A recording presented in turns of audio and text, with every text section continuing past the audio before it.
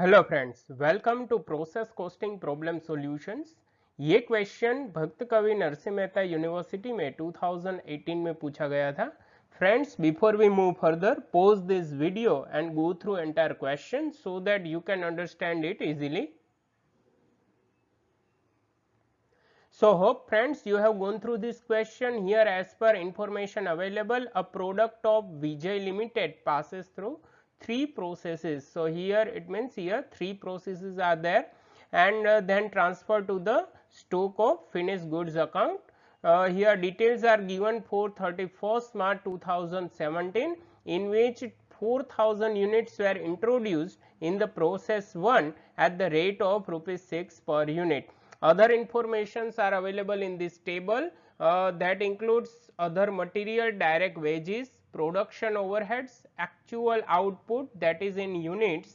After that, normal loss percentage is given here, and these percentage are applicable on the units introduced in each process. And finally, the selling price of wastage is given per unit for each process. If we see the further information, they have asked us to calculate the cost per unit for each process and also prepare process accounts and abnormal gain or loss accounts. So let's friends solve this question. So friends, first we will start with the calculation of abnormal gain or loss in process 1, because after knowing these only we can able to prepare process 1 account properly. So here we will calculate like this. First we will put here material introduced. Here material introduced is 4,000 units. After that we have deducted normal loss units. Here as per information, normal loss is 5% of material introduced, that is why 200 units. By deducting these normal loss units, we will receive estimated output. Here estimated output is 3,800 units. Now we will compare this estimated output with actual output, and in this case, in this process 1, actual and estimated output both are equal, both are same. So there is no any difference. So there is no any abnormal loss or abnormal gain in process 1. Okay friends, now we are able to go further for process 1 accounts. First we will put all the information in particulars column. We will start with debit side. Here first we will put material introduced. After that, other information from the question, that includes other material, direct wages and overheads. Whereas credit side we will show normal loss and material transfer to process 2 account. Okay, now let us put the units in units column. So we will start with the material introduced debit side. Here we have introduced 4,000 units, and credit side in normal loss we will show 200 units, and transfer to process 2 account will show 3,800 units. Now we can close the units column. So both sides the total will equal, that is 4,000 units. Okay friends, now we are moving towards the amount column. So for material introduced for 4,000 units, the value of each unit was 6 rupee. So 4,000 into 6 means total 24,000 rupees. After that, the details of other material, direct wages and overhead is given in the question. The same amount we will put here. Then for normal loss, here the selling price of wastage units is given rupees 4 for process 1. So 200 units into rupees 4 means 800 rupees we can realize from the normal loss, yani ki wastage units. After that, we have to calculate the amount for the units that we have to transfer to process 2 account. How we can calculate this? Let us see. To calculate the cost per unit for process 1, we have to apply this formula. It is very simple. Cost of the process minus selling price of normal wastage divided by material introduced in the process minus units of normal wastage. Let us put the amount values in this formula. So the total cost of first process is 76,800. We will deduct 800 rupees, that is selling of normal wastage, divide by material introduced, that is 4000 units, and minus units of normal wastage, which are 200. If we simplify this formula, we will receive final answer rupees 20. So we can say that for process 1, cost per unit is rupees 20. Okay friends, now this rupees 20 we will apply for the units that we are transferring to process 2. So 3800 units into rupees 20, it means rupees 76,000. Now finally we will make the total of this amount column both this side, and but obvious the total should be tally. Here the total is 76,800 both side. Okay friends, now we are moving towards process 2 account, and again for that, before preparing the account, we will make calculation of abnormal gain or loss for process 2. Again same way we will start here. Now material we have transferred from process 1, that is 3800 units. As per information, first we will deduct normal loss units. Normal loss is 10% of the material introduced. It means 380 units. So from 3800 units we will deduct 380 units. So our estimated output is 3420 units. Now as per the question, actual output is 3360 units. So now we will compare these both, and through comparison we will come to know that actual output is less than estimated output. So there is a difference of 60 units, and this difference is abnormal loss. Okay friends, now we can prepare this process 2 account. First we will put information in particulars column. So we will start with debit side, where we will show material transferred from process 1, and after that normal other expenses, that includes other material, direct wages and overheads. Whereas credit side we have to show abnormal loss along with normal loss, and then transfer to process 3 account.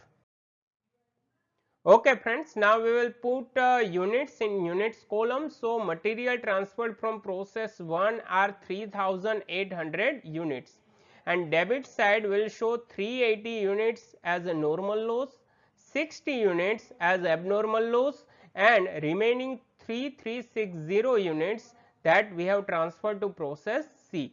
Now we will make total of units column both side, and this total is 3800 units. Okay friends, now let us put the amounts in amount column. So material transferred from process 1, 3800 units, we will show the same amount that we have shown in that process 1 account. After that we will follow the question for the value of other material, direct wages and overheads for this process 2. Then for normal loss, so here in process 2, 380 units are there for normal loss, and for this process the selling price of normal loss or wastage units is 8 rupee per unit. So 380 units into 8 rupee, you will receive 3040 rupees. Okay. After that, for the units of abnormal loss and units that we have transferred to next process, we have to calculate the cost price, and for that purpose again we have to make calculation. Let us see the calculation of cost per unit. Here the same formula we will put that we have seen in first process. So first cost of the process, so debit side the cost of the process is 1,39,840. From that we will deduct 3040 rupees, that is the selling price of normal wastage, divide by material introduced, that is 3800 units, minus units of normal wastage, which are 380. If we simplify this formula, you will receive final answer, that is 40 rupees. So we can say that for process 2, cost per unit is rupees 40. Okay friends, now these 40 rupees we will apply for the units of abnormal loss as well as for the units that we have transferred to process 3. So 60 into 40 means 2400 and 3360 into 40 means 1,34,400. Now finally we will make the total of this amount column, and this column will tally both the side. Total is 139,840. Okay friends, now again we are going further for the process 3 account, and again calculation of abnormal gain or loss in this process 3 account. So first we will start with the material transferred from process 2, that is 3360 units. Now as per information available for process 3 account, normal loss is 15% of material input. So 15% of 3360 is 504 units. So if we deduct this 504 units from 3360, we can say that our estimated output is 2856 units. Now let us compare this estimated output with the actual output. So here actual output is 3000 units. It means here there is a difference of 144 units, and this difference is abnormal gain because here actual output is higher than estimated output. Okay friends, let us prepare this process 3 account. First we will put all the information in particulars column. So we will start with the material transferred from process 2, then other material, direct wages and overheads, and one more thing will come here, and that is abnormal gain. Because it is gain, we have to show debit side, credit side normal loss as usual, and now we have to show transfer to finished goods account because this is the last process. Okay friends, let us put the units in units column. So material transferred from process 2 is 3360 and the units of abnormal gain are 144 as we have calculated. Whereas credit side we have to show the units of normal loss which are 504 and the units that we have transferred to finished goods account which are 3000. Now we will make the total of units column both the side, and this total is 3504. Okay friends, now let us put the values in amount column. So first for the material transferred from process 2, the same amount we will show here that we have shown in the process 2 account. After that, these three amounts of the material, direct wage and overheads we have to import from the question. Now for the value of abnormal gain, we have to calculate the cost per unit. Now if we see the credit side, in credit side for the units of normal loss we have to consider the selling price of wastage units, and for this process 3 selling price of wastage units per unit is 10 rupees. So here we will receive 5040 rupees, and again for the units that we have transferred to finished goods account we have to calculate the cost price for this process 3. Okay friends, let us see the calculation of cost price per unit for process 3. Again the same formula we will use that we have used in previous two process. Let us put the value in this formula. So the total cost of this process is 233520 minus the selling price of wastage units, that is 5040, divided by material introduced, that is 3360, minus units of normal wastage which are 504. Now if we simplify this formula, the final answer is here rupees 80 per unit. So we can say that the cost per unit for process 3 is rupees 80.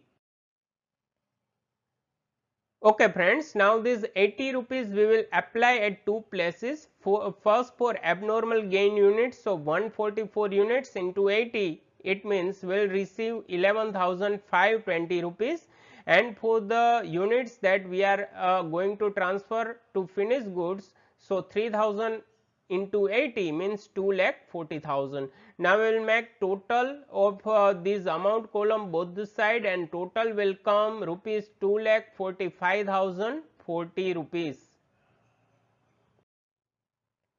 Okay friends, now as required in the question, we have to prepare abnormal loss account. So we will start abnormal loss account with finding in which process abnormal loss was reported. So as per the process account, in second process abnormal loss was there, and in second process abnormal loss we have recorded the credit side. So in abnormal loss account, this process 2 account, we have to record debit side with the same number of units which are 60 and with the same amount that we have shown in process 2, that is 2400. Okay friends, now we will move to credit side. First of all, we will sell these 60 units because this is the loss, or we can say that these are the wastage units. So but obvious we will sell these 60 units at the wastage selling price. So as per the question, for process 2, selling price of wastage units is rupees 8 per unit. So 60 units into rupees 8. So here total is rupees 480 we will realize by selling this 60 units, and here we will show that at bank account, and in bracket we have mentioned that sale of wastage units. Okay friends, now we will close this abnormal loss account. First we will close this units column that is equal both the side. After that we will close this amount column. So here debit side total is more 2400, the same total we will put credit side also, and from 2400 we will deduct 480 rupees. So here the difference is 1920, and this is abnormal loss that will transfer to profit and loss account. Okay friends, same way now we are going to prepare abnormal gain account. First of all, we have to find out in which process abnormal gain was there. So abnormal gain was reported in process 3 account. In process 3 we shown abnormal gain at debit side. So in abnormal gain account process 3 we have to show credit side with the same number of units and with the same amount.